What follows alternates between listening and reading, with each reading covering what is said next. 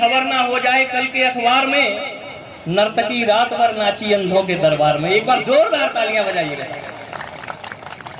अभी कुछ समय पहले विधानसभा के चुनाव थे, एक नेताजी ने एक पार्टी छोड़ी और दूसरी पार्टी ज्वाइन करी। चलता रहता है, ये चलता है, दल बदल चलता है। लेकिन उनका अहंकार इतना आसमान चढ़ के बोल रहा था कि वो जब मंच पे भाषण दे रहे थे तो उन्होंने खुलेआम ये बात कही कि जिस पार्टी में मैं था वो पार्टी देश में ब्राह्मण शासन स्थापित करना चाहती है। अरे तालिबान का शासन स्थापित हो जाएगा क्या अगर ब्राह्मण का शासन स्थापित हो जाएगा? और उसके बाद उनका अहंकार यहां नहीं रुका। उन्होंने कहा कि इस प्रदेश की राजनीति मेरे इर्द गिर्द घूमती है। और 10 मार्च को पता लगा कि उनका अस्तित्व तो खत्म हो गया और पार्टी उन्होंने छोड़ी थी अपने बेटे को चुनाव जितवाने के लिए, वो भी नहीं जितवा पाए कभी। ऐसे अहंकारियों के लिए 4 पंक्तियां पढ़ता हूं और मैं चाहता हूं आप स्वीकार करें कि जो है जुगनू स्वयं को सूर्य की ज्वाला समझते हैं। जो है जुगनू स्वयं को सूर्य की ज्वाला समझते हैं और भटकते हैं अंधेरों में जगत काला समझते हैं। जो है जुगनू स्वयं को सूर्य की ज्वाला समझते हैं और भटकते हैं अंधेरों में जगत काला समझते हैं। और जो अपनी चौखटें ढंग से कभी उजियार ना पाए वो खुद को शहर की गलियों का उजाला समझते हैं। बहुत बहुत धन्यवाद। और हमारी कविता की आवश्यकता क्या है? कविता की आवश्यकता कब पड़ती है? मैं कुछ पंक्तियों के माध्यम से आपको बताना चाहता हूं कि कविता की आवश्यकता कहां है। हम किसी दल के नहीं हैं, हमारे ऊपर आरोप लगते हैं।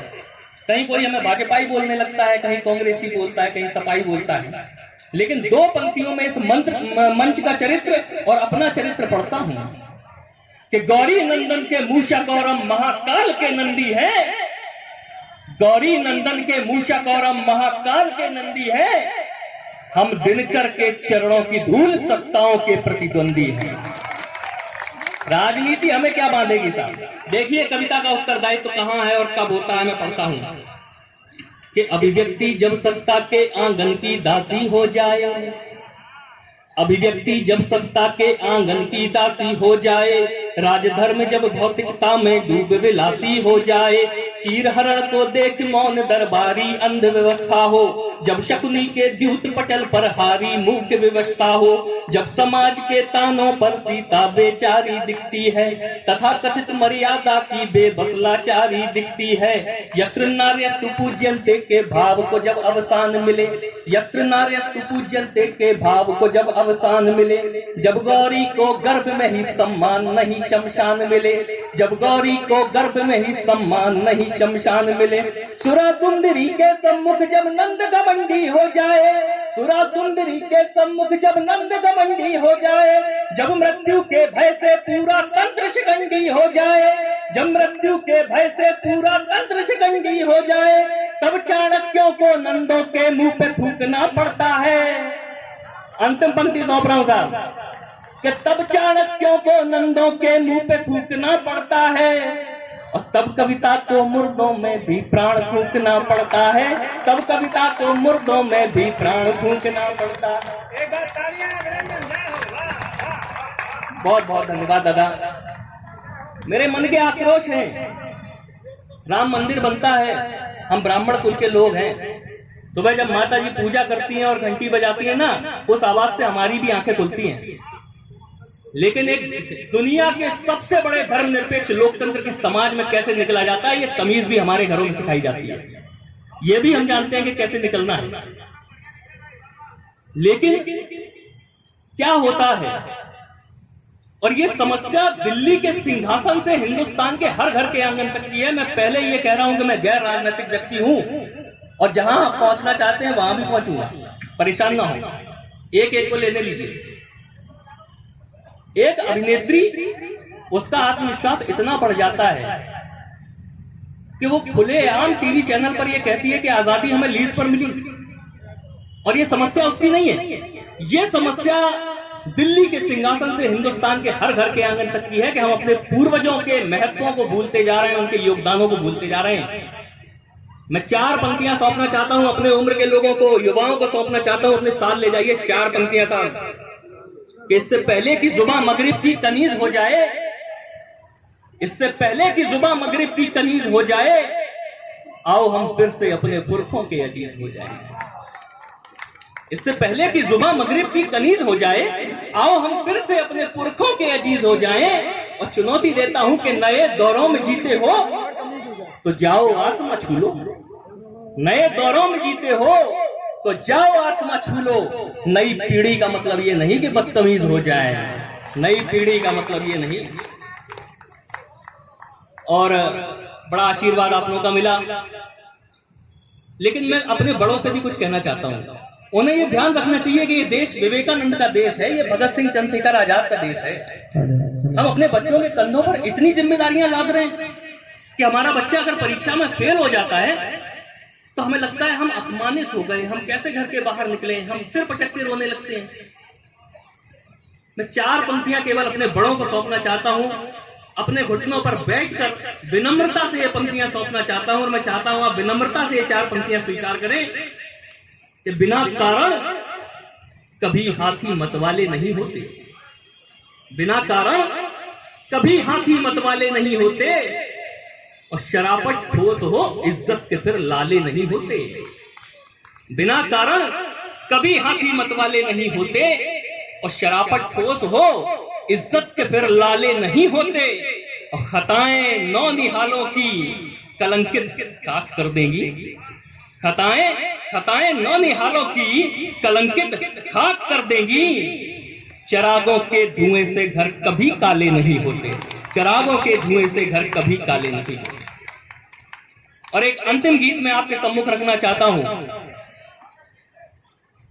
अभी क्या हुआ, बीच में एक जो भूतपूर्व सत्ताधारी पार्टी है, उनके एक भूतपूर्व केंद्रीय मंत्री हैं, उन्होंने एक पुस्तक लिखी सनराइज ओवर अयोध्या। उसका एक अध्याय था द सैफ्रॉन स्काई। उसमें उन्होंने कुछ विवादित अंश लिखे। संभवतः उनकी हिंदी कमजोर है क्योंकि सुप्रीम कोर्ट के वकील हैं और हिंदी से उनका लेना देना भी नहीं है। लेकिन उनके जो पार्टी के जो अध्यक्ष हैं, उन्होंने तो बड़े बड़े जलवे गाड़ के रखे हुए साहब, और उनका कोई भी एक बुद्धिजीवी वर्ग उन्हें यह नहीं बता पाया कि आप कैसा आत्मघाती काम करने जा रहे हैं। उन्होंने एक कैंपेन चलाया कि हिंदू ठीक है और हिंदुत्व बोको हराम है। हिंदुत्व क्या है? हम पैदा हुए हिंदू घर में तो हम हिंदू हैं, लेकिन जब हमें अपने वेदों से, ग्रंथों से अपनी नीतियां जब हमने सीखी, तब वो हिंदुत्व है जिसे हमने आत्मसात किया। जो हमारे हृदय में है वो हिंदुत्व है साहब। हिंदू तो हम हैं, और हिंदुत्व के बिना हिंदू है क्या? और तुम होते कौन हो हिंदुत्व को हिंदू से अलग करने वाले? मैं एक गीत आपके सम्मुख रखता हूं, सुनिएगा और मुझे विदा कीजिएगा बड़े मन से। जब ये गीत मैंने लिखा था तो बहुत ज्यादा सुना गया और बहुत मन से सुना गया। मैं चाहता हूं आप लोग भी बड़े मन से सुने। मैं 2 मिनट 3 मिनट आपके बीच में और हूं। कि क्या माता से ममता को कोई भी अलग कर सकता है? क्या माता से ममता को कोई भी अलग कर सकता है? क्या सुगंध चंदन वन की कोई विष भर हर सकता है? क्या अब जुगनू झुंड बनाकर सूरज को झुलसाएंगे? क्या अब जुगनू झुंड बनाकर सूरज को झुलसाएंगे? रामचरित को मिथ्या कहने वाले धर्म सिखाएंगे, रामचरित को मिथ्या कहने वाले धर्म सिखाएंगे। जब हिंदुत्व के चीर हरण पर दम भी करते जश्न यहाँ, जब हिंदुत्व के चीर हरण पर दम भी करते जश्न यहाँ, वेद पुराण देव ऋषि मुनि सब पूछ रहे हैं प्रश्न वहां।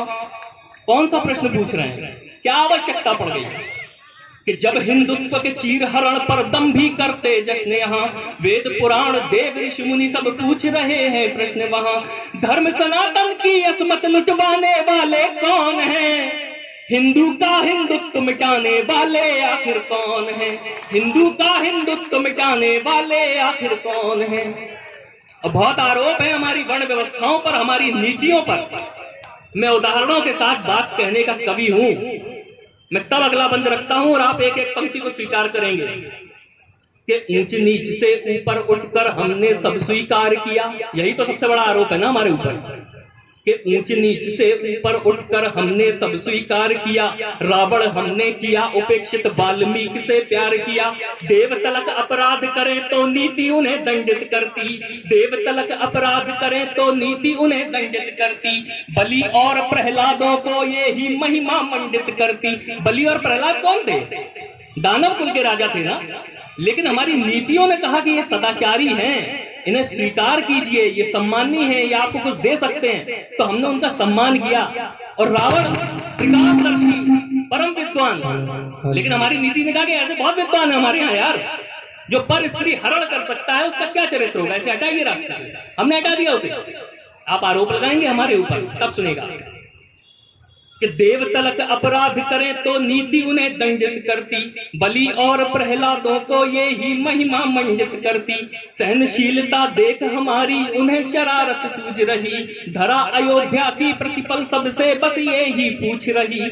धरा अयोध्या की प्रतिपल सबसे बस ये ही पूछ रही। जय श्री राम के नारों पर हकलाने वाले कौन हैं? हिंदू का हिंदुत्व मिटाने वाले आखिर कौन है? हिंदू का हिंदुत्व मिटाने वाले आखिर कौन है? और अंतिम पंक्तियां रखता हूं, अंतिम बंद रखता हूं। और अगर ये धृष्टता समाप्त ना हुई तो इसके दुष्परिणाम क्या क्या हो सकते हैं, इसके दुष्परिणाम क्या क्या हो सकते हैं, मैं अंतिम बंद के माध्यम से आपके पास तक अपनी बात पहुंचाने का प्रयास करता हूं। सुनिएगा कि जब जब धर्म पतित होकर कोई अपशब्द निकालेगा, जब जब धर्म पतित होकर कोई अपशब्द निकालेगा, परशुराम का वंशज अपनी कलम को परशु बना लेगा। परशुराम का वंशज अपनी कलम को परशु बना लेगा। मर्यादा को राम राम कह राम बनेंगे धनुर्वीर। मर्यादा को राम राम कह राम बनेंगे धनुर्वीर। भय बिन होत न प्रीत उक्ति से लिख देंगे उसकी तकदीर। भय बिन होत न प्रीत उक्ति से लिख देंगे उसकी तकदीर। शिशुपालों की भीड़ उठी तो कान्हा भी फिर मच लेंगे। शिशुपालों की भीड़ उठी तो कान्हा भी फिर मच लेंगे। मुरली धर धर देंगे, मुरली चक्र पानी बन चल देंगे। मुरली धर धर देंगे, मुरली चक्र पानी बन चल देंगे। भोले भूल के भोलापन बन जाएंगे फिर महाकाल। भोले भूल के भोलापन बन जाएंगे फिर महाकाल। जगमग डोलेगी सकल सृष्टि चहुं ओर मचेगा हाहाकार। जगमग डोलेगी सकल सृष्टि चहुं ओर मचेगा हाहाकार। और खैर मना लो मौज उड़ा लो, खैर मना लो मौज उड़ा लो, जब तक बाबा मौन है। वो जागे तब पता लगेगा असली हिंदुस्तान है। वो जागे तब पता लगेगा असली हिंदुस्तान। बहुत बहुत शुक्रिया, बहुत बहुत धन्यवाद।